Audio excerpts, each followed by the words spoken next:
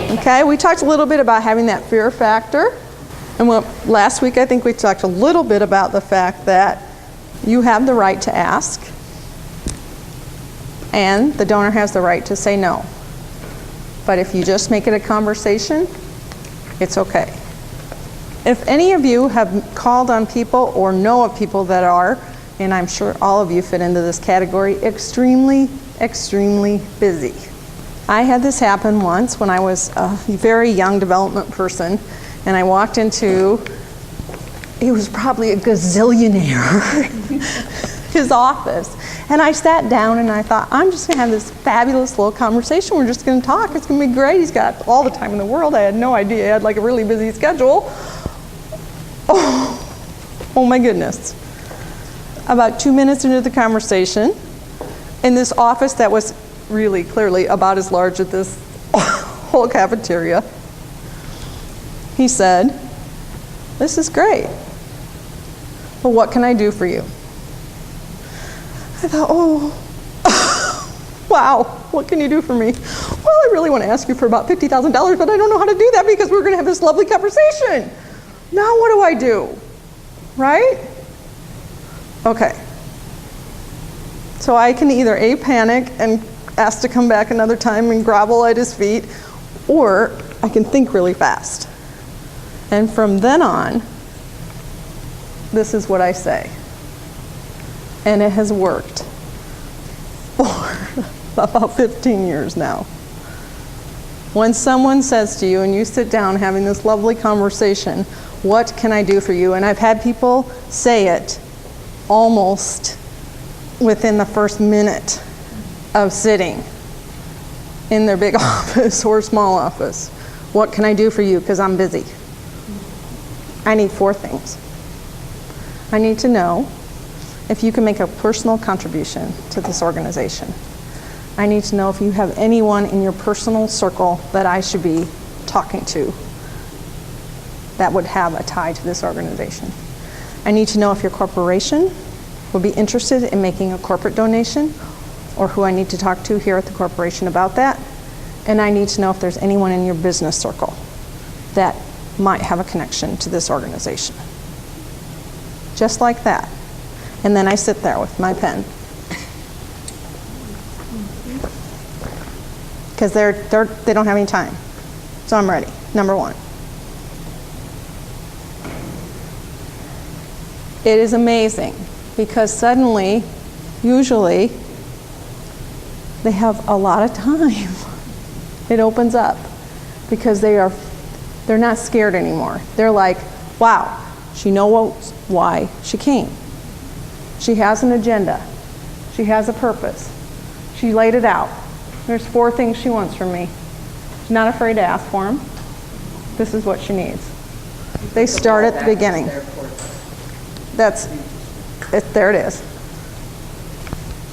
Number 1. Usually when we start back on number 1, it gives me the chance to tell them a little bit more about the cause, why I'm connected, why it's important to this community. And then I ask again for their personal connection.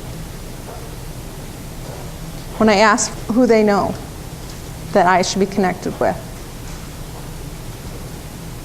it is the best referral you can get is someone that's donating money to your organization. So all these prospects we put up here, these are also great people to ask. Who else should we be asking? Can you open the door? Can you help me make the ask?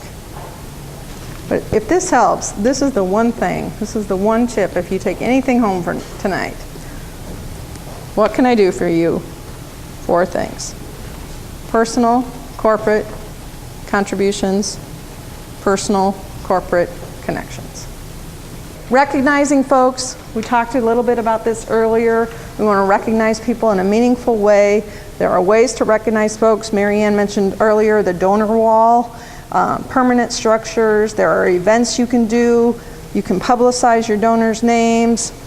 All kinds of great ways to recognize your donors. And recognition is a great way to steward folks.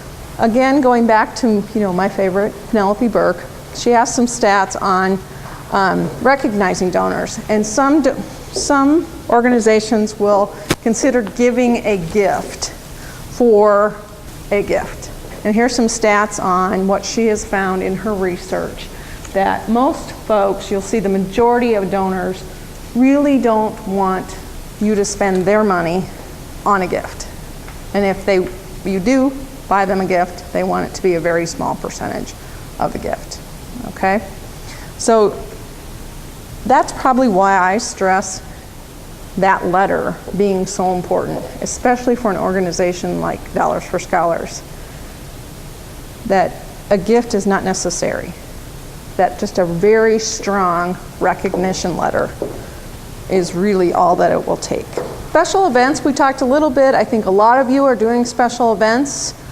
I think there are basically 3 types of special events: thank you events, educational events so folks can learn more about what you're doing, and fundraisers. And I think a lot of you are doing fundraisers. It's a great way to use your volunteers. It's a great way to expose folks to your organization. The one thing that's really important, I think, that a lot of us forget is to make sure that we let the attendees know the results of the event.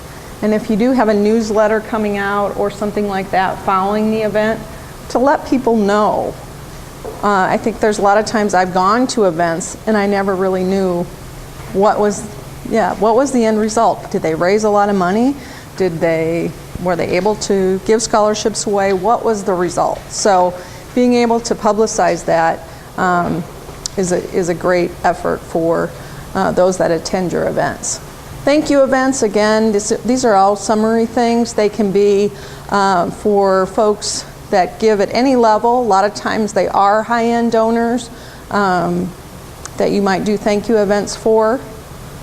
Educational events, obviously, are more subtle. They may not be those that you actually make a direct ask at. And fundraisers, we all know, number one on the fundraiser is that they're usually very labor intensive, and volunteers are key. Events are lovely, but we want to make sure that they do have a purpose. And many of you are trying to get underwriting for them, which is great, and great way to help pay for the events. Of course, the key is to make sure that the attendees feel that they are tied to your event.